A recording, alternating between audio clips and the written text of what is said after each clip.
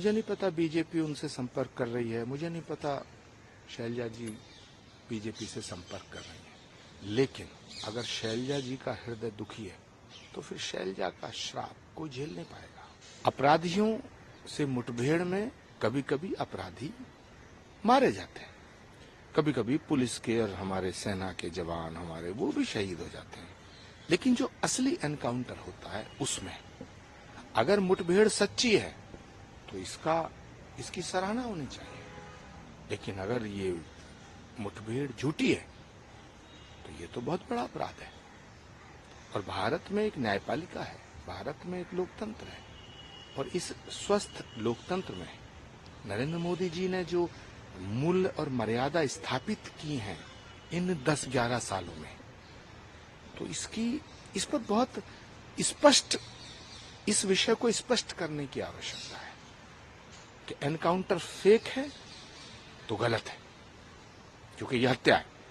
और अगर एनकाउंटर सच्चा है तो फिर ठीक है, इसका स्वागत होना चाहिए। लेकिन ये जांच का विषय है।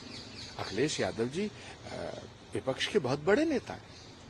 मैं चाहूंगा कि इसको बात को ऊपर तक ले जाएं। देश की जनता जानना चाहती है कि ये एनकाउंटर असली है या नकली है। एक दूसरा सवाल बसपा सुप्रीमो मायावती कह रही है कि कांग्रेस पार्टी से दलित लीडर्स को अपना जो गठबंधन है वो तोड़ देना चाहिए, क्योंकि दलितों के खिलाफ में कांग्रेस पार्टी अंबेडकर साहब के जमाने से रही है। देखिए, कांग्रेस के इतने पाप हैं, कहां तक क्या क्या छोड़ेंगे। पापों की गठरी बहुत भारी हो चुकी है।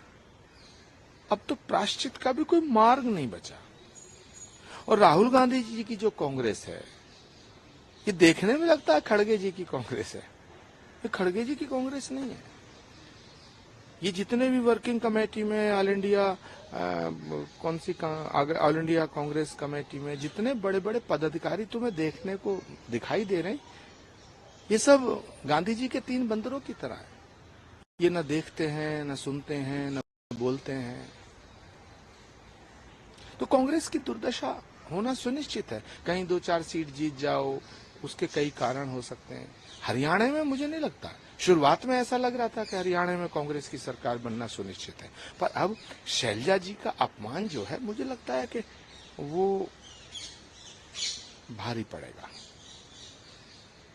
जिस तरह मैंने बोला था ना चुनाव से पहले, सनातन का श्राप ले डूबा, तो मुझे लगता है हरियाणा में शैलजा का श्राप ले डूबेगा। लगता है कि कुमारी शैलजा को अपमानित किया जा रहा है हरियाणा में, और अगर बीजेपी अगर वो आना चाहती है फिर मुझे नहीं पता बीजेपी उनसे संपर्क कर रही है, मुझे नहीं पता शैलजा जी बीजेपी से संपर्क कर रही है। लेकिन अगर शैलजा जी का हृदय दुखी है तो फिर शैलजा का श्राप कोई झेल नहीं पाएगा।